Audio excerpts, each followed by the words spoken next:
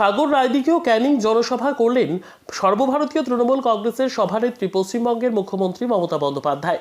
প্রাকৃতিক বিপর্যয়কে উপেক্ষা করে দীর্ঘ সময় ধরে মুষলধারে চলা বৃষ্টির মধ্যেও তৃণমূল কংগ্রেসের কর্মী সমর্থকেরা এক পলকের জন্য মুখ্যমন্ত্রীকে দেখতে রায়দিঘি স্টেডিয়ামে এলেন। আজ তিনি সভা সারবেন। সাগর রায়দিঘি ও ক্যানিং এই জনসভায় দলীয় কর্মীদের কি বার্তা দেন তার শোনার আগ্রহে দূর দূরান্ত থেকে তৃণমূল কংগ্রেসের কর্মী সমর্থকেরা এসে ভিড় জমিয়েছেন সাগর রায়দিঘি ও ক্যানিং স্টেডিয়ামে। দক্ষিণ চব্বিশ পরগনা জেলার বিজেপির সাথে লড়াই নয়, এই জেলায় তৃণমূল প্রার্থীরা নিজেদের ভোটের ব্যবধান বাড়ানোর লড়াই করছেন ও একাধিক রাজনৈতিক দলের কুৎসা অপপ্রচার ও সন্দেশখালী নিয়ে মিথ্যে সম্প্রচার নিয়ে তিনি সরব হন। মথুরাপুর লোকসভার রায়দিঘি স্টেডিয়ামে প্রথমে প্রচন্ড রোদকে উপেক্ষা করে পরে মুষলধারে বৃষ্টির মধ্যেও হাজার হাজার মানুষজন এক পলকে মুখ্যমন্ত্রীকে দেখার জন্য আসেন। মথুরাপুর লোকসভা কেন্দ্রের নতুন মুখ বাপি হালদার, তিনি সুন্দরবন জেলার যুব সভাপতি হয়েছেন। পরে দল তাকে মথুরাপুর লোকসভা কেন্দ্রে প্রার্থী করেছেন।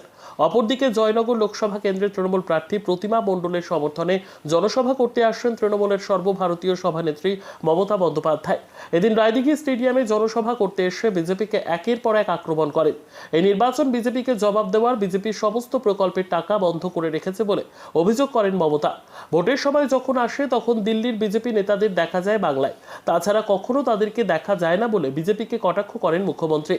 প্রাকৃতিক দুর্যোগে কখনোই বিজেপিকে পাশে পাননি সুন্দরবনের সাধারণ মানুষ, সবসময় তারা পাশে পেয়েছেন তৃণমূলকে। এদিনের সভা থেকে দাবি করেন অভিষেককে বারে বারে ইডি সিবিআই তাকে বারবার ডাকছে, কেবলমাত্র দিল্লির অঙ্গুলি হেলনে 100 দিনের টাকা আনতে পারেননি বলেই রাজ্য তার তহবিল থেকে টাকা দিয়েছেন রাজ্য সরকার। বিজেপি লক্ষ্মীর ভান্ডার বন্ধ করতে চায়, যতদিন তৃণমূল কংগ্রেস আছে ততদিন লক্ষ্মীর ভান্ডার চলবে বলে জানান তিনি। প্রধানমন্ত্রী চাইলেও বন্ধ হবে না লক্ষ্মীর ভান্ডার। গত 10 বছরে লাগাতার দ্রব্যমূল্য বৃদ্ধি পেয়েছে, তাই এবারে লড়াই মানুষের অধিকারকে সামনে রেখে লড়াই বলে জানান মমতা। 3 নম্বর বোতাম টিপে বাপি হালদারকে জয়যুক্ত করবেন ও 2 নম্বর বোতাম টিপে প্রতিমা মণ্ডলকে জয়লাভ করাবেন। নাম না করে অভিজিৎ গাঙ্গুলিকে কটাক্ষ করেন এদিন মমতা বন্দ্যোপাধ্যায়। কুরুচিকর মন্তব্য করেছেন অভিজিৎ গাঙ্গুলি, সে কারণে তাকে কটাক্ষ করেন। প্রতিমা মণ্ডল জিতলে এই এলাকায় 30 কিলোমিটার নতুন রাস্তা করে দেব বলে প্রতিশ্রুতির কথা বলেন। পাশাপাশি যারা আবাস যোজনার ঘরের জন্য আবেদন করেছিলেন এই বছর শেষের আগে সেই বাড়ির টাকা দেবে তৃণমূল, আমরা গ্যারান্টি দিচ্ছি বলেন। একজন নির্বাচন কমিশনার 2.5 মাস যাবৎ নির্বাচন হওয়ার জন্য তিনি পদত্যাগ করেছেন। 3 নম্বর বোতাম টিপে বাপি হালদারকে জয়ী করবেন। কেন্দ্র 100 দিনের শ্রমিকদের কাজ করিয়ে তাদের ন্যায্য পাওনা 59 লক্ষ পরিবারের টাকা দেয়নি। সুন্দরবন জেলার জন্য মাস্টার প্ল্যান করেছেন, ম্যানগ্রোভ লাগানোর কথাও বলে জানালেন। বর্ষার সময় 2 মাস মাছ ধরা নিষেধ থাকার জন্য এই 2 মাসের জন্য নির্বাচন শেষ হওয়ার পর আবেদন করলে সমুদ্র সাথী প্রকল্পের মাধ্যমে 10,000 টাকা পাবেন মৎস্যজীবীরা। বিগত দিনে মথুরাপুরের সাংসদ অসুস্থ অবস্থায় থাকার জন্য তরুণ তুর্কি বাপি হালদারকে এবছরে প্রার্থী করেছে। আগামী বছরে 11 ক্লাসের ট্যাব কেনার টাকা দেব। 2026 নভেম্বর ও ডিসেম্বর সব বাড়িতে নলের মাধ্যমে বাড়িতে পরিশ্রুত পানীয় জল পৌঁছে যাবে। বিজেপি গ্যারান্টির নামে 420 করছে, 100 দিনের টাকা দেয়নি। আগামী ডিসেম্বর মাসে 11 লক্ষ বাড়ির টাকা আমরা দিয়ে দেব। কর্মশ্রী প্রকল্পের মাধ্যমে আমরা 60 দিন কাজ দেব। বিজেপি পার্টি ধান্দাবাজ পার্টি, চাকরি খেকো পার্টি, গর্ধবের দল বলে কটাক্ষ করেন মমতা বন্দ্যোপাধ্যায়। মুসলিমদের সাথে তপশিলীদের দাঙ্গা বাঁধাতে ওবিসি সার্টিফিকেট বাতিল করছে। মোদীকে কটূক্তি করতেও তিনি ছাড়লেন না। বায়োলজিক্যাল ঈশ্বর মোদীকে পাঠিয়েছে এমনই বলেছেন মোদীবাবু। পাগলা কুকুরে কামড়ালে জলাতঙ্ক হয়, উনি দেশটা বিক্রি করে দেবে। সন্দেশখালীতে অশান্ত সৃষ্টি করেছে, আমি পুলিশকে বলে দেব নাকা চেকিং করতে। লক্ষ লক্ষ টাকা আসছে বাংলায়, লক্ষ্মীর ভান্ডারে হাত দিয়ে হাত ভেঙে দেওয়ার কথা বলেন তিনি। সবার উদ্দেশ্যে খেলা হবে, খেলা হবে, বিজেপি বিদায় হবে, এমনই বলতে শোনা যায়।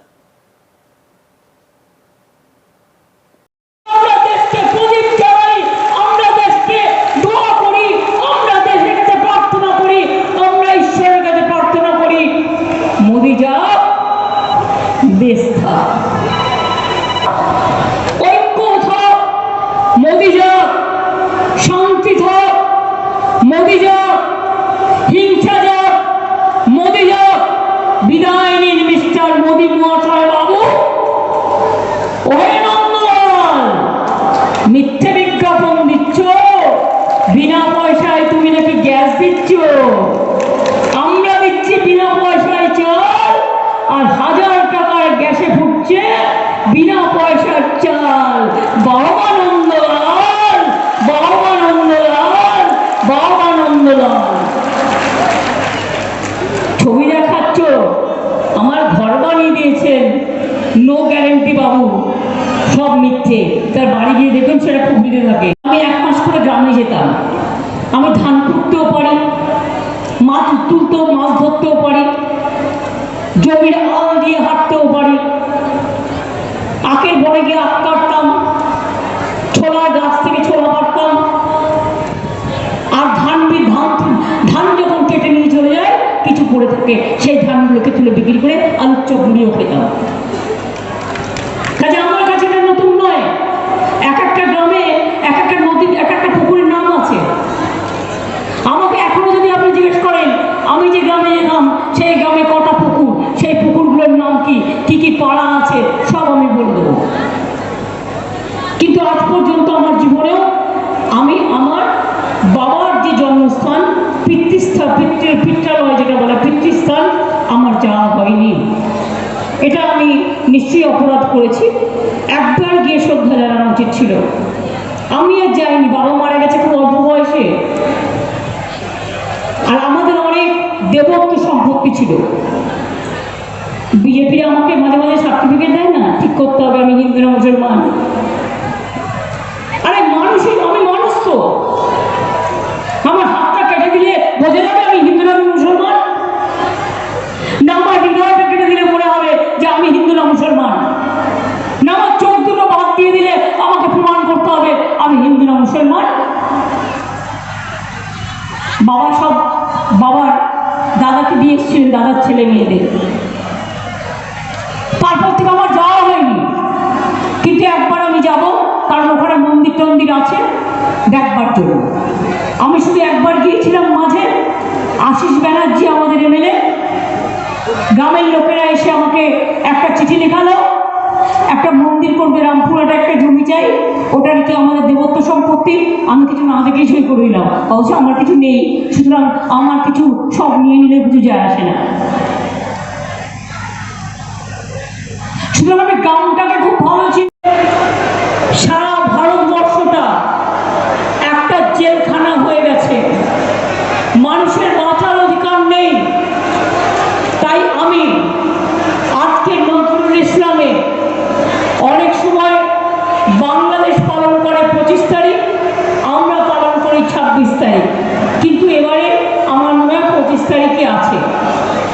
জন্মদিন যারা বিশ্ব নেতা হয়, যারা বিশ্ব মনীষী হয়, তাদের কোনো পার্টিকুলার দিন জন্মদিন হয় না, যদিও সেটা থাকে আমরা মানি, প্রতি মুহূর্তেই তাদের জন্মদিন আমরা স্মরণ করি।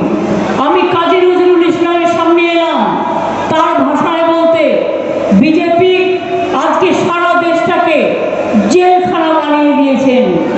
বাংলা না থাকলে দেশ স্বাধীন হতো না, রবীন্দ্র নজরুল না থাকলে সেই যে গান, নবজাগরণের গান, নবজাগরণের প্রাণ এবং স্বাধীনতা আন্দোলনের প্রাণ কখনো জাগরিত হতো না। তাই আজকে নজরুল ইসলামকে স্মরণ করে বলি, কারণ এই লৌহ কপাট যেটা করেছে মোদী, ভারতবর্ষের শিকল পরিয়ে রেখে দিয়েছে মানুষের পায়ে, গণতন্ত্রের পায়ে। তার প্রতিবাদে বলি, এই শিকল পড়া ছল, মোদের এই শিকল পড়া ছল কেউ পেয়েছেন? পেয়েছেন আপনারা? যদি পেয়ে থাকেন বলুন হ্যাঁ পেয়েছি, আমার কোনো আপত্তি নেই। পেয়েছেন? তাহলে মোদীকে ভোট দেবেন? তাহলে গ্যাস না পেলে যদি বলে গ্যাস দিয়েছি, তার মানে এটা কত বড় গ্যাস বেলুন? এটা বড় গ্যাস বেলুনের থেকেও গ্যাস। বিজেপির গ্যারেন্টি 420।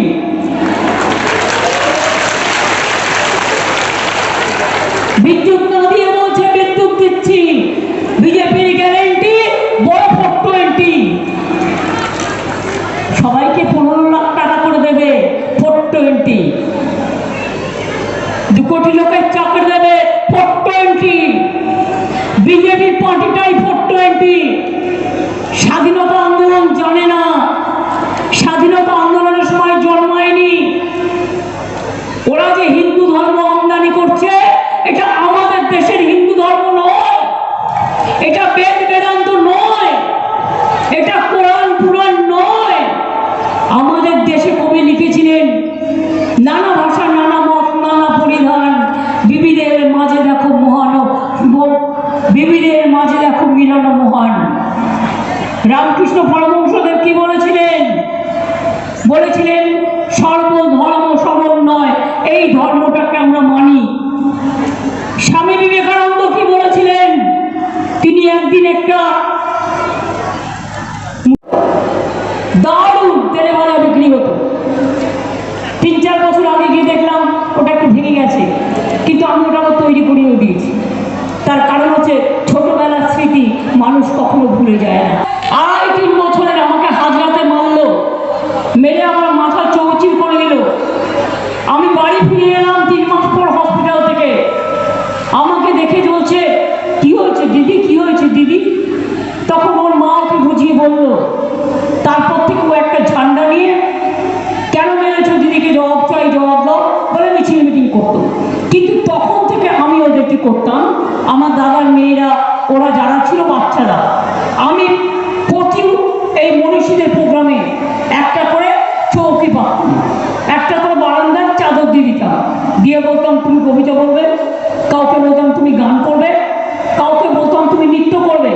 তার কারণ হচ্ছে এই আদর্শগুলো জানতে হবে। এগুলো জানলে মনে রাখবেন জীবনে আপনাদের কোনোদিন আর কোনো কষ্ট হবে না। একদিকে রোদ, অন্যদিকে বৃষ্টি। আমাদের কাছে খবর ছিল আজ থেকেই দুর্যোগ থাকবে। মিটিংগুলো ছিল 2, 3, 4টে। সকালবেলায় 10টায় মিটিং করে দিয়েছি, 9টার মধ্যে রেডি হয়ে বেরিয়ে সাগরের মিটিং, রায়দিঘির মিটিং করে এলাম। তারপরে এখানে যখন আসছিলাম আকাশে দেখছি 4-5টা মেঘ করে আছে, গুমোটো মেঘ, একেবারে জল ভরা মেঘ, যেন যখন তখন। আর বিদ্যুৎ চমকাচ্ছে, দেখানো যাচ্ছে বিদ্যুৎ চমকাচ্ছে, মেঘ জমে আছে, জল ভরা মেঘ, যখন তখন বৃষ্টি হবে। এই অবস্থায় পাশ কাটিয়ে আমরা কোনো রকম আপনাদের এখানে আরও 2টো সভা করে এসেছি। আসতে যে পেরেছি এটা বলতে পারেন মানুষের অনেক আশীর্বাদ, মানুষের অনেক শুভকামনা, মানুষের অনেক দোয়া, মা বোনেদের অনেক শুভেচ্ছা। আমি বেশি কথা বলবো না। ফ্রাইডে এমনিতেই জুম্মাবারের দিন, আপনারা সংখ্যালঘুরা জুম্মাবারে জুম্মা করতে যান। আমি নিজেও সন্তোষী মাতার জন্মবার, আর আমার করতে ভালোই লাগে, এটা কোনো অসুবিধা নেই। আর সন্তোষী মাতাও করতে হয়। আর যখন রমজান মাস হয় আমার দুটোই একসাথে হয়ে যায়। আর ববিদের সাথে আমি যখন রোজা ভাঙতে যাই ওদের সাথে, তখন আমি ববির বউকে বলি একটু ছোলা সেদ্ধ করে নিয়ে আসবি, আমি ওই রমজানের ওখানে বসে ওইটুকু খেয়ে নিই। তার কারণ হচ্ছে আমার দুটো কাজ একসাথেই হয়ে যায়। আমি আপনাদের সকলকে বলি, ক্যানিং বাসন্তী থেকে শুরু করে কুলতলি থেকে শুরু করে আমার সকল মানুষ, প্রতিমা মণ্ডল যিনি আপনাদের প্রার্থী, ও খুব লড়াই করে, শুধু লড়াই করে না, অনেক মারও খায়। এনআরসি নিয়ে আসামে যখন খুব আন্দোলন হয়েছিল, ও কাকুলি, মমতাওয়ালা ঠাকুর, মতুয়া ঠাকুরের খুব মার খেয়েছিল। তারপরে ধরুন আসাম নিয়ে এনআরসিতে, আবার উত্তরপ্রদেশে যখন হাতরাস হয়েছিল ওদের পাঠিয়েছিলাম, ওরা অনেক মার খেয়েছিল। দিল্লিতে এনআরসি নিয়ে যখন গণ্ডগোল হলো, দাঙ্গা হলো, কত মানুষকে মারা হলো, ওরা কিন্তু গিয়েছিল, আমি মেয়েদের পাঠাই, এবং তাদের কিন্তু অনেক লড়াই করতে হয়। আমি তাই সর্বপ্রথম আমার দলের প্রার্থী প্রতিমা মণ্ডলকে 2 নম্বর চিহ্ন অর্থাৎ ভিত্তি চিহ্ন, তাকে ভোট দিয়ে জয়যুক্ত করার জন্য আবেদন জানাচ্ছি। এই কারণে যে কাজ করে তাকে কাজ করার সুযোগ দেওয়া উচিত, এবং ও সিরিয়াসলি পার্লামেন্ট করে, সিরিয়াসলি দলের কাজ করে, দলের প্রতি আনুগত্যের কোনো একটুও খামতি নেই। সেই জন্যে ওকে আমরা দল থেকে মনোনয়ন দিয়েছি এই কারণে।